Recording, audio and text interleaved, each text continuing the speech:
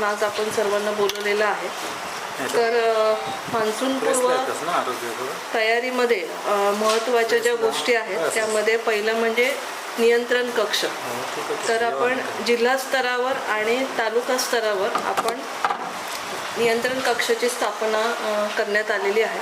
त्यामध्ये जिल्हा स्तरावर 1 आणि तालुका स्तरावर 8 आणि प्राथमिक आरोग्य केंद्र स्तरावर 38 असे एकूण आपण नियंत्रण कक्षाची स्थापना करण्यात आलेली आहे। त्यामध्ये 1 जूनपासून आपण हे नियंत्रण कक्ष चालू ठेवणार आहोत। त्यामध्ये आपले आरोग्य कर्मचारी जे आहेत त्यांच्यामार्फत हा नियंत्रण कक्ष कार्यान्वित होणार आहे। तर या नियंत्रण कक्षामध्ये आपण आपला जो लँडलाईन नंबर आहे प्राथमिक आरोग्य केंद्राचा, तालुका स्तरावर TH ऑफिस आणि जिल्हा स्तरावर जिल्हा आरोग्य अधिकारी कार्यालय, हे सर्व त्यांचे जे लँडलाईन नंबर आहे ते आपण आधीच आपल्यामार्फत डिस्प्ले केलेले आहेत, आपल्या सर्वांना सांगितलेले आहेत। तर हे जे नंबर आहेत ते चालू आहेत आणि सर्व ठिकाणी कुठे प्रॉब्लेम नाही आहे। त्यामुळे सगळीकडे जेव्हा जेव्हा कॉल येईल या नंबरला त्यावेळी त्या ठिकाणी त्या आपत्ती याच्या अनुषंगाने जे काय त्यांना विचारण्यात येईल त्यासंबंधी आपण त्यांना माहिती देणार आहोत। तसेच कंट्रोल रूम सोबत आपण रॅपिड रिस्पॉन्स टीम जे आहे ज्याला आपण RRT म्हणतो त्याची पण तयारी आपण जिल्हा स्तरावर पण केलेली आहे आणि तालुका स्तरावर पण केलेली आहे। आणि रॅपिड रिस्पॉन्स टीम जी आहे ती जशी आपण नियंत्रण कक्षाची स्थापना केलेली आहे तशीच रॅपिड रिस्पॉन्स टीम जिल्हा स्तरावर, तालुका स्तरावर आणि प्राथमिक आरोग्य केंद्र स्तरावर आपण स्थापना करण्यात आलेली आहे, स्थापन करण्यात आलेली आहे।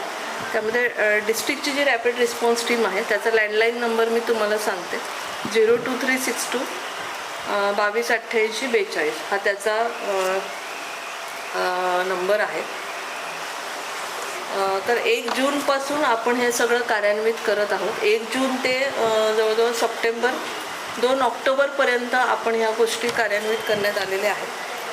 तिसरी आणि महत्त्वाची गोष्ट म्हणजे साथीचे जे रोग येतात आपले मान्सून पूर्व आणि मान्सून चालू असताना साथीचे जे रोग येतात त्यासंबंधी आपण ज्या उपाययोजना केल्या त्यासंबंधी थोडंसं आपल्याला सांगते। महत्त्वाचं साथीच्या रोगांवर ज्या उपाययोजना केल्या त्यामध्ये आपण जोखीमग्रस्त गावांची जी यादी आहे आपली ती यादी मी आपल्याला सादर करते। जोखीमग्रस्त जी यादी आहे त्यामध्ये त्या याद्या आपण अद्ययावत करण्यात आलेल्या आहेत। आता ह्याच्यामध्ये प्रत्येक तालुक्यामध्ये कुठली जोखीमग्रस्त गावं आहेत। आता जोखीमग्रस्त गावं जी आहेत ती आपण कशाला जोखीमग्रस्त गावं म्हणतो की मागील 3 वर्षामध्ये लेप्टोस्पायरोसिसचे जिथे आपल्याला रुग्ण सापडलेले आहेत किंवा जी गावं लेप्टोस्पायरोसिस जिथे होऊ शकतो अशी गावं आपण त्यात घेतली। तसेच जलजन्य साथीचे जे आजार आहेत जे कुठल्या ठिकाणी होतात अशी गावं आपण घेतली। तर एकूण आपल्या जिल्ह्यामध्ये 24 अशी जी जोखीमग्रस्त गावं आहेत त्यांची यादी आपण तयार करण्यात आलेली आहे, अपडेट पण करण्यात आली आणि आपल्याला पण सादर करण्यात आलेली आहे। तर जोखीमग्रस्त गावांची जी यादी आहे त्याप्रमाणे आपण तालुका स्तरावर ती यादी आपण कन्वे केलेली आहे। तसेच जिल्हाधिकारी कार्यालयात पण ही यादी आपण सादर केलेली आहे। त्यानंतर प्रत्येक प्राथमिक आरोग्य केंद्रामध्ये साथरोगच्या अनुषंगाने आपण औषध साठा अद्ययावत ठेवण्यात आलेला आहे। तर ते जिल्हा स्तरावर पण औषध साठा आपल्याकडे पुरेसा प्रमाणात आहे। तसेच प्राथमिक आरोग्य केंद्र स्तरावर आपण जे साथरोग नियंत्रण किट असतं ते पण आपण अद्ययावत ठेवलेलं आहे। त्यामध्ये काय आहे ती माहिती मी आपल्याला देते ह्याच्यासोबत। तसेच पाणी शुद्धीकरण जे आहे प्रत्येक गावामध्ये ते पाणी शुद्धीकरणची जी प्रोसिजर आहे ती सगळ्यांना आपण ट्रेनिंगद्वारे जे आपले आरोग्यसेवक आहेत त्यांना आपण दिलेली आहे आणि त्या ठिकाणी ते पाणी शुद्धीकरण करण्यासाठी आपण त्यांची निश्चिती करण्यात आलेली आहे। तसेच आपण शुद्ध पाणी पुरवठा होतो की नाही ह्याची पण खबरदारी आपण घेतलेली आहे। आणि वॉटर टेस्टिंग जे आहे म्हणजे प्राथमिक आरोग्य केंद्रामार्फत आणि ग्रामपंचायतमार्फत वॉटर टेस्टिंगसाठी पण वेळेवर आपण नमुने त्यांच्याकडनं घेतो आणि ते आपली डिस्ट्रिक्टला जी लॅब आहे PHL जी लॅब आहे त्याच्यामार्फत आणि जिल्हा परिषदमार्फत आपण ते पाणी टेस्टिंग करून घेतो।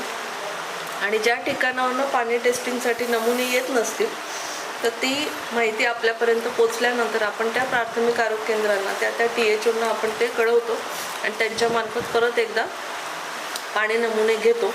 आणि जे पाणी नमुने अशुद्ध आलेले आहेत म्हणजे पाणी पिण्यास अयोग्य ज्यांचं आलेलं आहे त्यांना पण आपण कळवतो. त्यानंतर ब्लिचिंग पावडरचं पण टेस्टिंग आपण करतो. ग्रामपंचायतमध्ये जी ब्लिचिंग पावडर असते त्याचं पण टेस्टिंग आपण करून घेतो की त्याच्यामध्ये क्लोरीनचं प्रमाण 33% पाहिजे. तर ज्या ठिकाणी आतापर्यंत ब्लिचिंग पावडरचे नमुने तपासण्यात आलेत आणि ज्यांच्याकडे 20% वगैरे क्लोरीन आहे त्याच्यामध्ये उपलब्ध असं ज्यावेळी रिपोर्ट आलेला आहे त्या आपण प्राथमिक आरोग्य केंद्रांना ग्रामपंचायतींना आपण सांगतो. आणि आपण पण ग्रामपंचायतींना व्हिजिट करतो इथून की ज्या ठिकाणी आता एखादा साथीचा रोग असेल त्या ग्रामपंचायतला आपण स्वतः व्हिजिट करतो. तिथं ब्लिचिंग पावडर कुठल्या ह्याच्यात ठेवलेली आहे, स्टोरेज कसं केलेलं आहे, टेस्टिंग केलं आहे का, पाणी नमुने टेस्टिंग केले आहेत का, ह्या गोष्टी आपण तिथे बघून घेतो. तसेच साथरोगच्या अनुषंगाने ORSचा जो साठा आहे, ओरल रिहायड्रेशन सोल्युशन म्हणतो, त्याचा साठा पण आपण अद्ययावत ठेवलेला आहे. तसेच डेंग्यूच्या अनुषंगाने आपण आठवड्यातून 1 दिवस कोरडा दिवस पाळतो. म्हणजे पूर्ण सगळी आपली जी भांडी आहे ज्याच्यामध्ये आपण पाणी साठा करतो ती पूर्ण भांडी सगळी धुवायला सांगतो आपण लोकांना घरातल्या. तसेच ती भांडी स्वच्छ धुवून उन्हात वाळवायची आणि ती उलटी करून ठेवायची. म्हणजे कुठे तिथे ती जी डासाची जी अळी असते ज्याच्यामुळे डेंग्यू मलेरिया वगैरे असे जे प्रकार होतात त्यासाठी आपण तो 1 दिवस कोरडा दिवस पाळतो. आणि ग्रामीण भागामध्ये आपण ग्रामपंचायतींना जे लाल, हिरवे आणि पिवळे जे कार्ड आपण देतो म्हणजे पाणी शुद्धीकरणच्या अनुषंगाने म्हणजे पाणी टेस्टिंग असू दे, TCL पावडर असू दे, त्याच्या अनुषंगाने पण आपण सगळ्या ग्रामपंचायतींना लाल, हिरवे आणि पिवळे रंगाचे कार्ड त्यांच्या विभागामार्फत देता येते. त्याच्यानंतर महत्त्वाचं म्हणजे औषध साठा. औषध साठ्यामध्ये बफर स्टॉक जो असतो म्हणजे जो औषध साठा आपल्याकडे एक 3 महिन्यासाठीचा आपण बफर स्टॉक इथे जिल्हा स्तरावर आपल्याकडे अद्ययावत ठेवतो.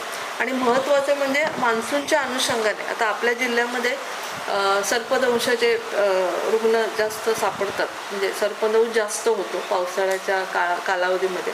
तसेच रॅबिप्यूर इंजेक्शन, रॅबिप्यूर आणि इंजेक्शन ASV हे 2 जे इंजेक्शनचे महत्त्वाचे साठे आहेत ते आपण जिल्हा स्तरावर इथे अद्ययावत ठेवण्यात आले. तर आजच्या घडीला आपल्याकडे ASV 1259 व्हायल्स आपल्याकडे उपलब्ध आहेत आणि अँटी रेबीज म्हणजे रॅबिप्यूर ज्याला आपण म्हणतो ते 3881 एवढे आपल्याकडे व्हायल्स सध्या दोन्ही लसींचे उपलब्ध आहेत. त्यानंतर आपण ह्याची जी जनजागृती जी आहे ती पण आपण स्वच्छतेची इथे करतो. त्याच्यामध्ये सोशल मीडिया आहे आपल्यामार्फत, स्थानिक प्रसारमाध्यमे जी आहेत त्याच्यामार्फत आपण IEC करतो. आता परवाच आपल्याकडे डेंग्यू दिवस झाला त्याच्यामध्ये आपण कोरडा दिवस पाळणे किंवा पाणी साठवून न ठेवणे अशा गोष्टी आपण त्याची पण आपण सोशल मीडियावर प्रसिद्धी केलेली आहे. तसेच आपण आरोग्य कर्मचारी जे आहेत म्हणजे अशा स्वयंसेविका असतील, आरोग्यसेवक, पुरुष स्त्री आरोग्य सहायिका यांना आपण लेप्टोस्पायरोसिस आणि तापाच्या अनुषंगाने आपण त्यांना ट्रेनिंग पण देतो आणि घरोघरी आपण त्यांना तापासाठी म्हणजे त्याला आपण फीवर सर्वे असं म्हणतो. आता आपले आरोग्यसेवक जे असतात ते ज्या ठिकाणी ताप आहे तिथलं ते ब्लड सॅम्पल कलेक्ट करतात आणि त्यांना तिथे औषधोपचार करतात. घरच्या घरी 3 दिवसाचा औषधोपचार करतात ते. अशा गोष्टी पण आपण करतो.